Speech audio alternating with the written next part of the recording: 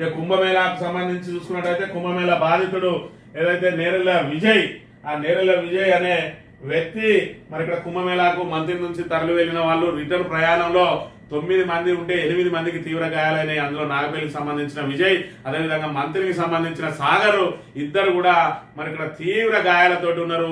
వాళ్ళని అక్కడి నుంచి మరి ఏదైతే ఆ ప్రయాగరాజ్ నుంచి ఆ విజయ్ ని కరీంనగర్ రెనే హాస్పిటల్ తీసుకొచ్చారు. సాగర్ ను మరి ఇంత దూరం తీసుకురాలేక అక్కడ నాగపూర్ లోనే హాస్పిటల్లో జాయిన్ చేసిర్రు.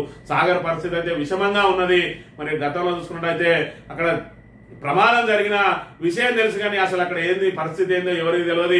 సుమారు 1000 కిలోమీటర్లు అవుతున్నారు కాబట్టి మరి వాళ్ళ మంచి చెడ్డలు యోగక్షేమాలు తెలుసుకుని వాళ్ళకి తక్షణం వైద్య సాయం అందించాలని చెప్పి మరి వీళ్ళు మదన పడుతున్న వేళ ఆయన బంధువులు, విజయ్కి సంబంధించిన బంధువులు పుట్టా మధుకర్ మాజీ ఎమ్మెల్యే గారిని కలవడంతో ఆయన అక్కడ ఉన్న మంత్రి పిఏ మరి పరిచయస్తుంటుంది. ఆ పిఏని అక్కడ పంపించి మరి ఆ రోజు అక్కడ వైద్యం అందే విధంగా సహాయం అందించిండు. అదేవిధంగా వాళ్ళ యోగక్షేమాలన్నీ కూడా వీళ్ళ కుటుంబ సభ్యులకు తెలియజేయడం జరిగింది.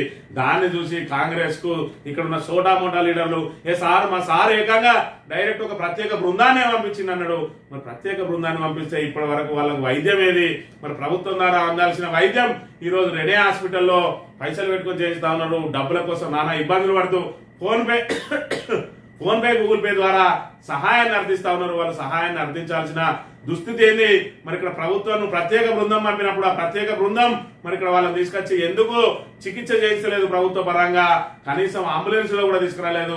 మరి ఇక్కడ విజయ్ ఇక్కడికి రావడానికి అంబులెన్స్ కి 40,000 రూపాయలు అయినాయి అని అంటే ఆయన చికిత్సకి ఇప్పుడు సుమారు 7-8 లక్షల రూపాయలు అయితే ఉన్నాయి. మరి లెక్కన మరి కనీసం వాళ్ళకు ఏదైతే ప్రత్యేక బృందం మాట దేవుడేరు కనీసం ఇప్పటి వరకు పరామర్శ లేదు. నిన్నటి రోజున పుట్టా మధుకర్ వెళ్తే ఆయన తోటి గోడు వెళ్ళవచ్చుకున్నాడు విజయ్.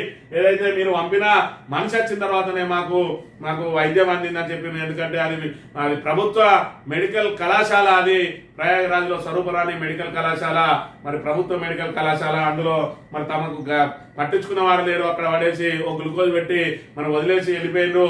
మీరు పంపిన వ్యక్తి వచ్చిన తర్వాతనే మాకు సత్వరం మరి వైద్యం అందింది. మేము ఈ రోజు ఈ రకంగా అంటే సేఫ్ గా ఉన్నాం ఎంతో కొంత, అంటే అది మీరు పంపించిన మనిషి ద్వారానే అని చెప్పి వాళ్ళు నిన్నటి రోజున మరి ఇక్కడ కృతజ్ఞతలు చెప్పిన పరిస్థితిని కూడా మనం ఇక్కడ గమనించవచ్చు. పుట్టా మధుకర్ గారికి నిన్నటి రోజున రెనే హాస్పిటల్కి వెళ్ళి ఆయన పరామర్శించి ధైర్యం చెప్పి మరి కుంభమేళా బాధితులను ప్రభుత్వం ఆదుకోవాలని చెప్పి కూడా ఆయన డిమాండ్ చేసిన పరిస్థితిని కూడా మనం ఇక్కడ ప్రధానంగా